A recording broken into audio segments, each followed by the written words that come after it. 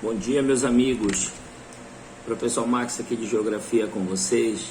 Na verdade, estou gravando essa aula aqui para, em primeiro lugar, pedir desculpa, né? Pedir desculpa que ontem a gente não pôde estar com vocês aí do Projeto Semear, porque assim a gente está fazendo viagem pelo Amapá todo, né? Os 16 municípios estamos a serviço aí. E, infelizmente, ontem, né, pintou essa viagem em cima da hora. Então, a gente... informei a coordenação do curso da nossa ausência ontem. Eu quero pedir desculpa, mas prometo para vocês que logo vamos estar junto aí fazendo a reposição dessas aulas. Mas eu não poderia deixar, né, acumular muitos conteúdos. Por isso, do vídeo aqui que a gente está falando, vai fazer agora, vai falar sobre o nosso conteúdo que nós viríamos ontem, tá? Que seria a Guerra Fria e a ascensão, né, a chegada do Talibã ao poder mais uma vez no Afeganistão, tá beleza? Então nosso conteúdo é Guerra Fria, Geopolítica, Guerra Fria, eixo 1 do Enem, Geopolítica e Talibã, beleza? Primeiro, para te entender o que foi a Guerra Fria, esse contexto de Guerra Fria, você tem que entender, a gente vai ter que voltar ao tempo. Primeiro, entender como que aconteceu com o fim da Segunda Guerra Mundial. Como vocês sabem, o fim da Segunda Guerra Mundial, o marco final da Segunda Guerra Mundial foram as duas bombas atômicas, uma em Nagasaki, uma em Hiroshima, no Japão. Na verdade, o Japão ele foi o último país a ser vencido na Segunda Guerra Mundial. Vocês já sabem disso, né? Então, quando os Estados Unidos jogam as duas bombas atômicas no Japão, sela ali, é o fim, a retirada do Japão da Segunda Guerra Mundial. A Alemanha já tinha caído, a Itália já tinha caído e o Japão ficou ali resistindo até as duas bombas atômicas. Bem aqui, né, sentam as potências vitoriosas da Segunda Guerra Mundial. E ali dividem a Alemanha e a capital Berlim em 4 zonas, tá beleza? E nessa divisão das 4 zonas, uma francesa, uma britânica, uma americana e uma soviética, aqui veio o descontentamento da União Soviética. Por quê? Porque quando ela começou a analisar, ela percebeu que 3 fatias desse bolo eram de países capitalistas. E ali, naquele momento, a ascensão do comunismo na Europa era muito grande. A União Soviética se sentiu prejudicada nesse exato momento, porque das 4 fatias divididas, 3. E outra, França e Inglaterra, o Reino Unido, na leitura dela, tinham sido devastadas na Segunda Guerra Mundial. Se não fosse a entrada dela e dos Estados Unidos, nesse momento, com certeza eles teriam perdido a Segunda Guerra Mundial para Japão, Alemanha e Itália. Certo? Esse é um ponto aqui, o não contentamento da União Soviética da divisão da Alemanha nas zonas. Beleza? Outro motivo que é levado pelos estudiosos, né, que tenha interferido bastante no início da Guerra Fria, foi o discurso do presidente americano Henry Truman, né? No discurso ele usou, após ali a Segunda Guerra Mundial, naquele momento ali de divisão da Alemanha em zonas, ele usou um discurso usando ali a tribuna, né, do Congresso americano, dizendo que os Estados Unidos tinham que conter essa ascensão comunista pelo mundo. Então, bem aqui, muitos estudiosos dizem que nesse exato momento a União Soviética ela se sentiu ofendida com esse discurso bastante nacionalista do presidente americano Henry Truman. Então, bem aqui, dizem que há ruptura entre União Soviética e, de fato, os Estados Unidos. Para engrossar mais esse caldo, os Estados Unidos lançam, nesse período, chamado Plano Marshall. O que foi o Plano Marshall, professor? O Plano Marshall é um plano de reestruturação econômica da Europa. A Europa estava devastada com o fim da Segunda Guerra Mundial e os Estados Unidos, além do discurso, né, a doutrina Truman, como ficou conhecido pelo presidente Henry Truman, que eu acabei de te falar, os Estados Unidos lançam o chamado Plano Marshall, que foi um plano de contenção econômica, ou seja, para ajudar, na verdade, os países da Europa que estavam devastados ali com a Segunda Guerra Mundial, né? Então reconstruir esses países também na verdade foi um dos planos, uma das características desse plano, tá beleza? Então ali começa realmente a ruptura total. Nesse exato momento o mundo via-se polarizado, nós chamamos bipolarização, a bipolarização do mundo. A partir desse momento, a União Soviética, com um grupo de países soviéticos para um lado, o lado direito do mapa mundial, e o mundo ocidental liderado pelos Estados Unidos, para o lado esquerdo, que nós chamamos o mundo ocidental capitalista. Bem aqui, essa linha imaginária que dividiu o mundo em dois eixos, nós chamamos de cortina de ferro, a linha imaginária de norte a sul, que dividiu a Europa e o mundo em dois mundos, conhecido como bipolarização. Então aqui nesse contexto, como eu falo para vocês, político-ideológico, né, surge a chamada Guerra Fria. Então a Guerra Fria não houve conflito diretamente entre as duas potências. O que acontece é que as duas potências, elas procuram no mundo, por exemplo, conflitos, e ali eles se aproximam desses líderes de países e começam a financiar grupos rebeldes, e ali começa o que nós chamamos de guerra ideológica pelo poder, né? Na verdade não houve nenhum conflito direto entre as duas potências.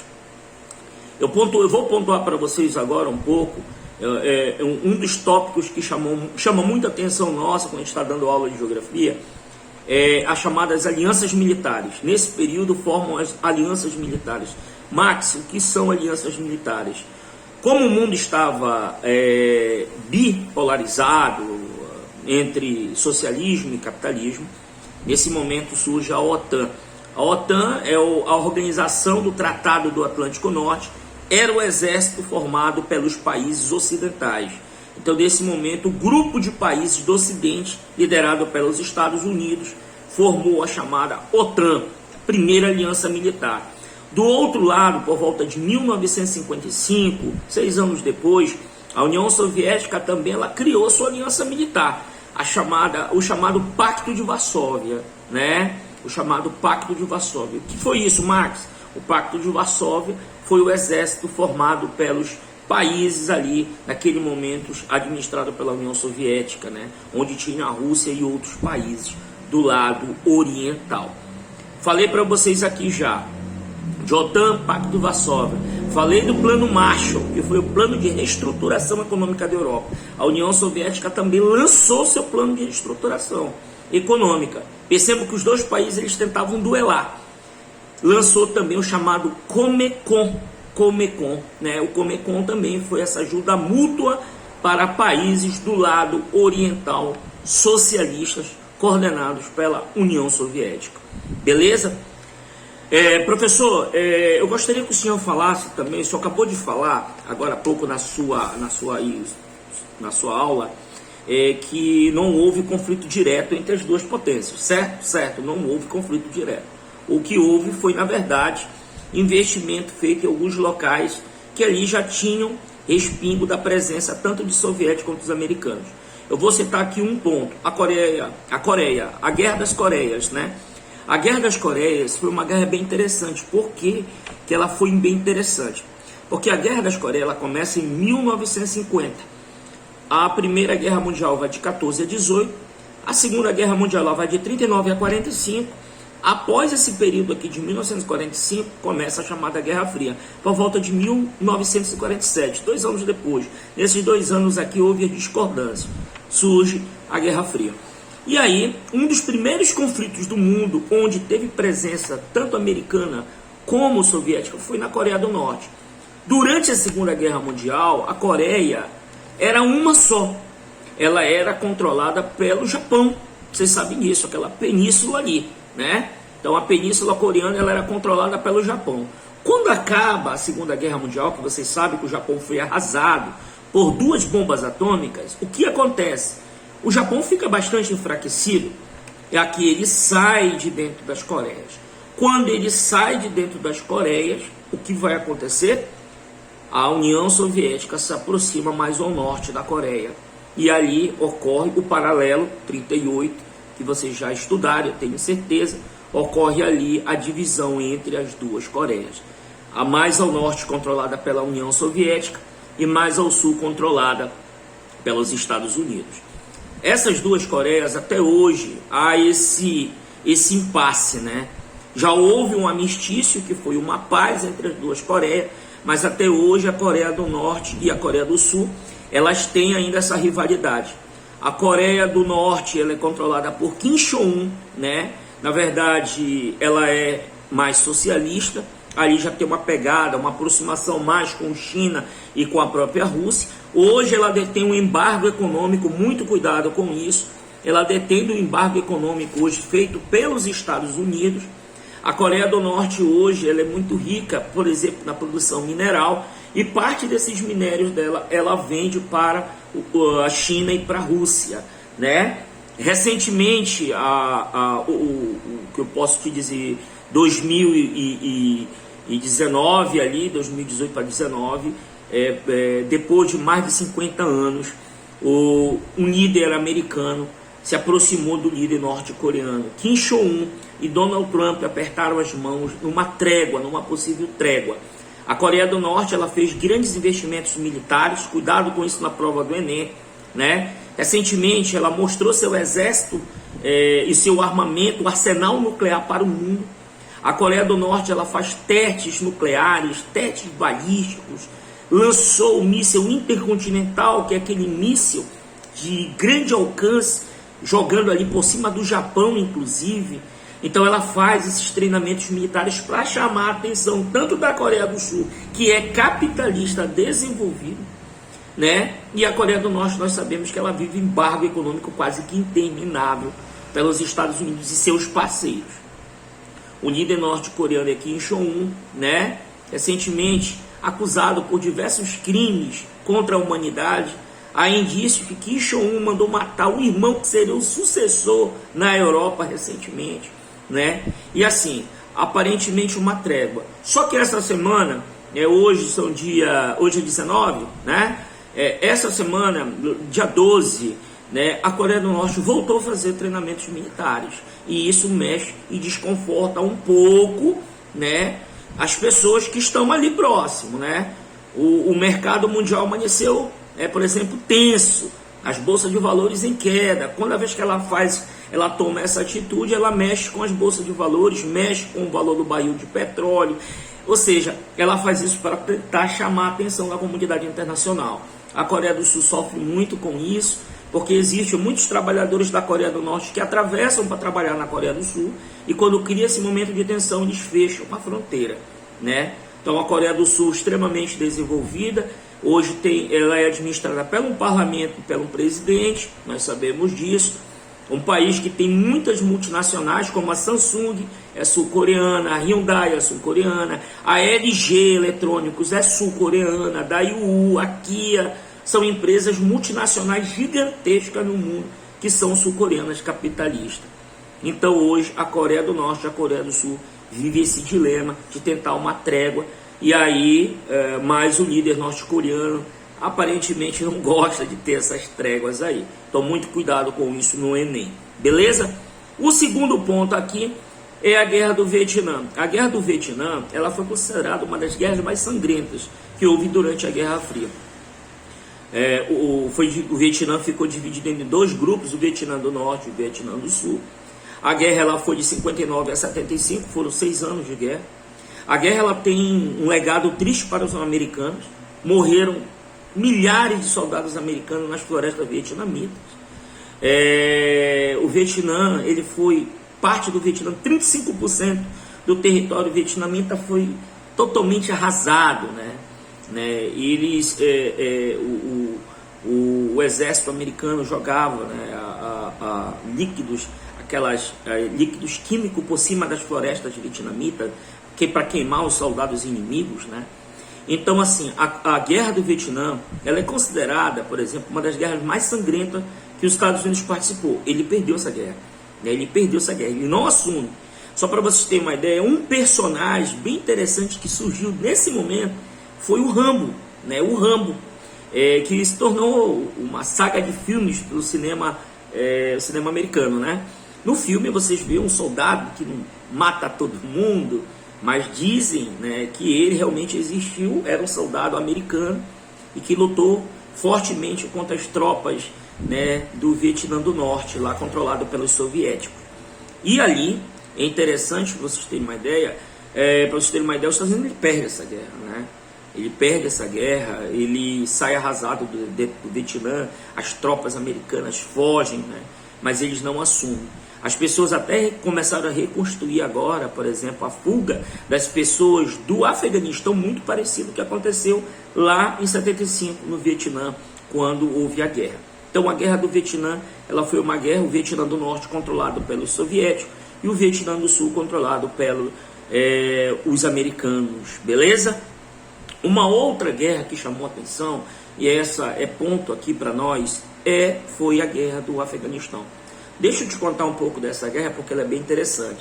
A guerra do Afeganistão, ela aconteceu em 1979, aqui é o auge da Guerra Fria, né?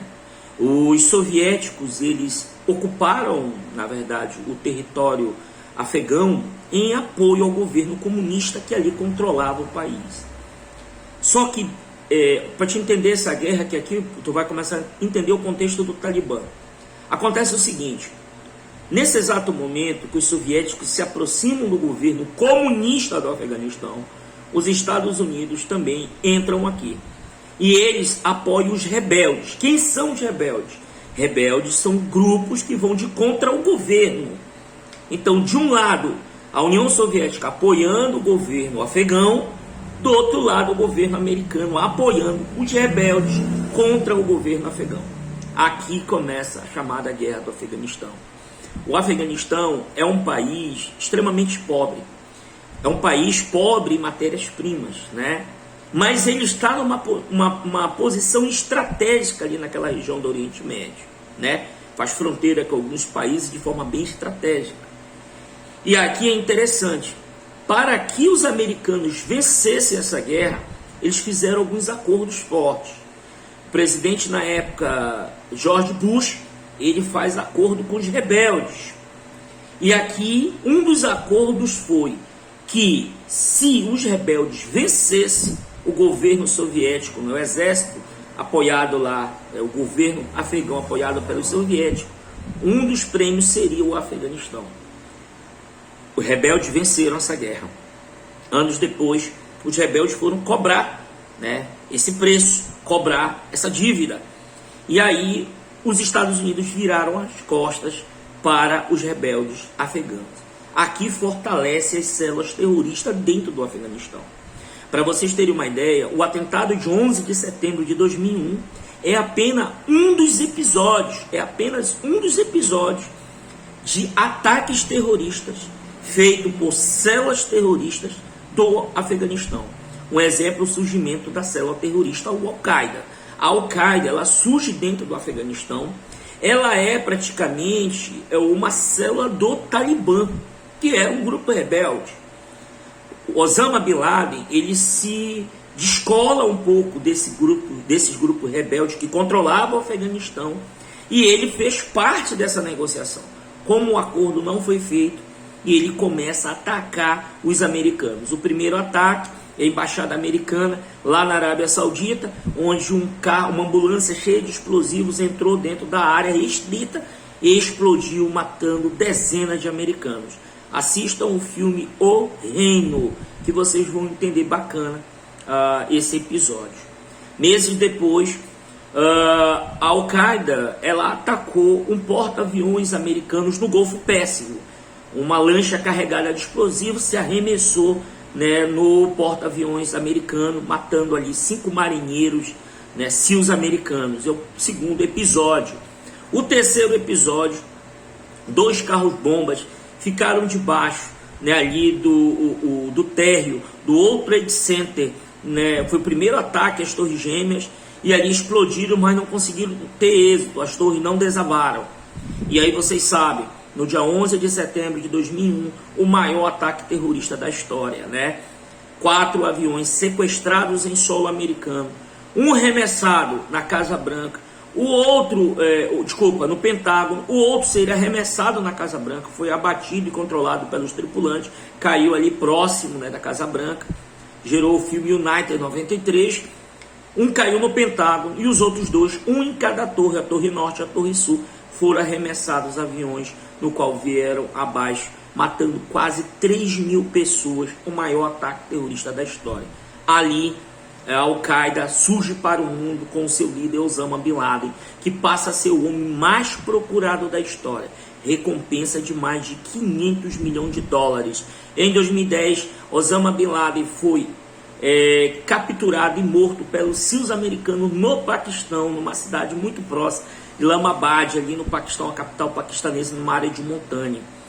Ali acabava, dava fim, o líder, o maior terrorista da história, o árabe Osama Bin Laden. Aqui, a Al-Qaeda fica sem um líder político. Surge nesse momento uma fragmentação da Al-Qaeda, surgindo o chamado Estado Islâmico, ISIS, que hoje ocupa vários territórios no Oriente Médio, mais precisamente a Síria, que depois nós vamos ter uma aula específica para falar sobre o ISIS, que é o Estado Islâmico, que tenta reconstruir, redesenhar o novo mapa do Oriente Médio. Beleza? Então não esqueçam, o ISIS, ele é que eu posso dizer, uma separação, uma fragmentação da Al-Qaeda, né? O líder Abu Bakr, hoje o líder do Estado Islâmico, ainda disse ter sido morto em 2019 por ataques russos na Síria, mas ainda nada de concreto. Beleza? Então pronto, tu entendeu agora, por exemplo, essa guerra do Afeganistão e o surgimento em tese do Talibã e da Al-Qaeda. Foi não acordo cumprido pelos americanos com esses grupos rebeldes. Ponto. Vamos para outro conflito que chama muita atenção durante o período da Guerra Fria, que é a chamada crise dos mísseis. Professor, o que foi isso? A crise dos mísseis, ela foi um acontecimento que aconteceu ali em 1962. Cuba, nesse momento, tem uma aproximação muito boa com a União Soviética. E ali, tu vai entender agora o embargo econômico americano em Cuba. Cuba abriu seu território para que os soviéticos viessem, instalassem uma base de mísseis em Havana, a capital cubana. E esses mísseis foram apontados para território americano. Nesse exato momento ali, momento de tensão, dizem que foi o maior momento de tensão, onde os dois países realmente poderiam ir até para uma terceira guerra mundial, né? Por quê? Porque ali os mísseis foram instalados, satélites americanos fotografaram essa ação, e ali começa em seguida ali um jogo de intimidações do lado americano, principalmente intimidando o governo cubano soviético. Para piorar a tensão, né, o governo soviético pediu para que o embaixador saísse de dentro dos Estados Unidos. E ali dava indício que iriam atacar os americanos, né? Nesse exato momento, os Estados Unidos reúnem com seus parceiros e dão um embargo econômico em Cuba, que até hoje, 2021, ainda sofre as sanções americanas. A crise dos mísseis foi controlada, né, foi bem administrada ali, e graças a Deus nenhuma nação atacou a outra, mas foi um momento de maior ascensão, né, um momento de maior tensão, maior tensão entre os dois países, né, entre as duas nações ali, porque Cuba abria o seu território, né, inclusive gerou um filme, Os 13 Dias que Abalaram o Mundo. É um filme muito bom com atores bem renomados dos Estados Unidos, né, o Kevin Costner faz o filme, então o filme é muito bom, e narra um pouquinho dessa história, ele, Harrison Ford, eles contam um pouco dessa história, narram aí o filme, Os 13 Dias que Abalaram o Mundo, tensão máxima aí, né, foi o momento que disse que realmente dois países iriam se atacar. Então assim, a Guerra Fria ela foi esse contexto. Aí nós tivemos a corrida espacial, vocês sabem, a cadelinha Laika foi a primeira grande aventura de um homem ir ao espaço. Os soviéticos mandaram a cadelinha dentro de um foguete. Anos depois nós tivemos a Apollo 11, né, tripulada ali pelos americanos, que desceu na Lua, que até hoje é questionado. Pessoal, claro que desceu na Lua, né? Por que não voltou à Lua mais, professor? As pessoas perguntam, alunos me perguntam isso. Fazer o que na Lua?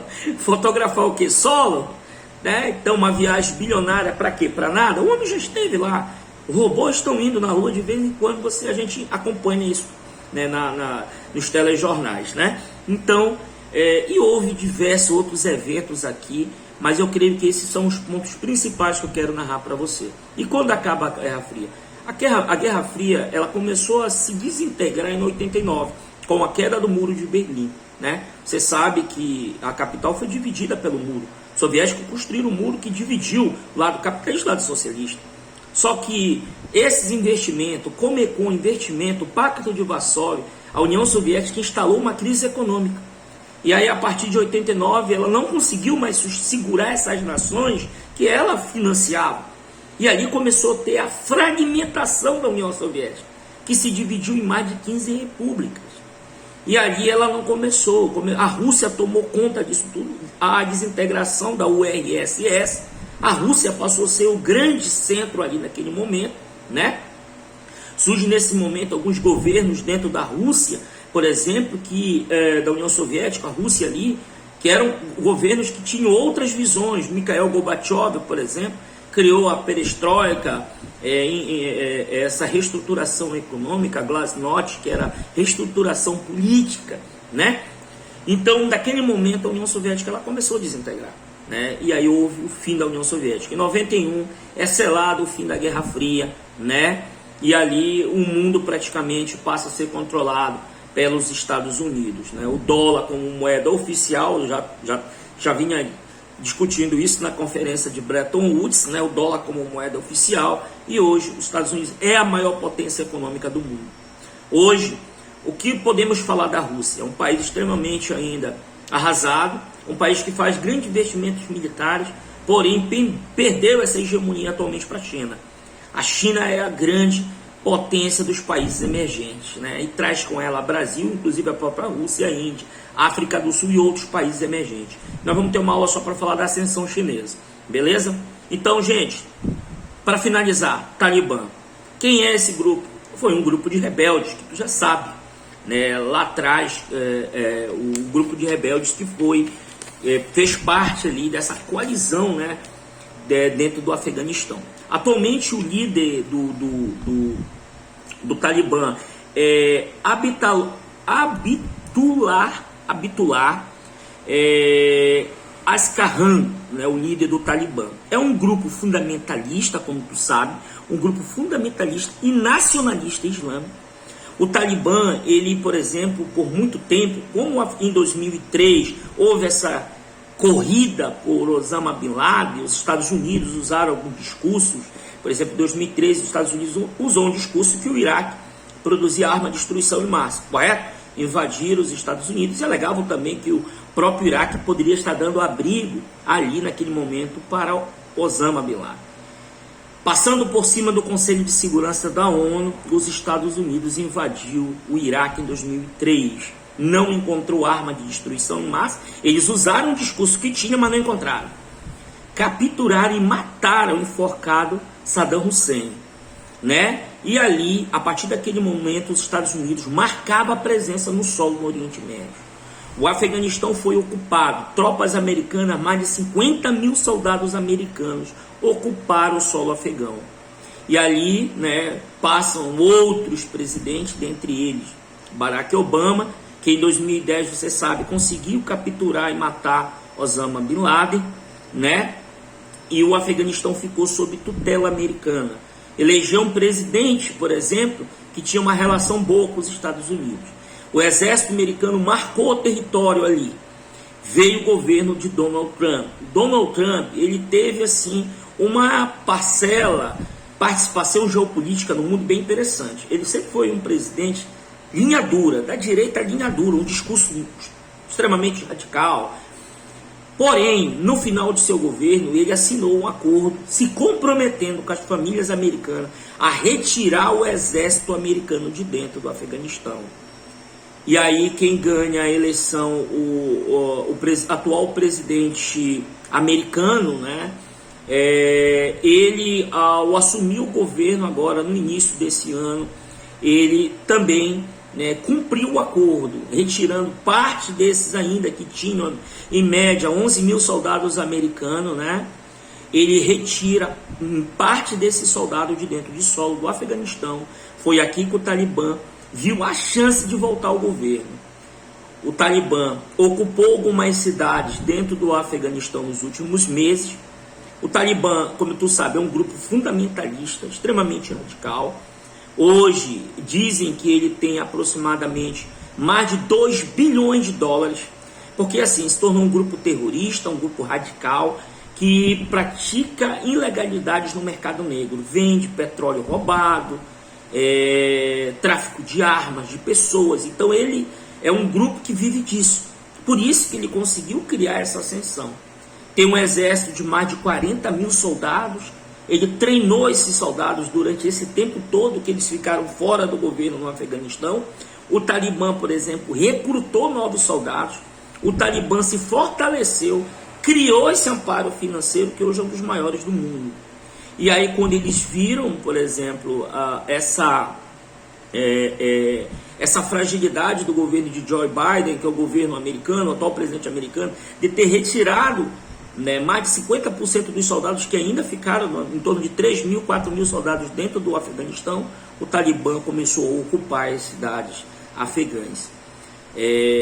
Cabul, a principal cidade do Afeganistão, a capital do Afeganistão, foi ocupada pelo Talibã recentemente, e a gente viu aquelas cenas tristes, pessoas correndo para dentro do aeroporto de Cabul, e ali porta-aviões carregando pessoas para tentar fugir.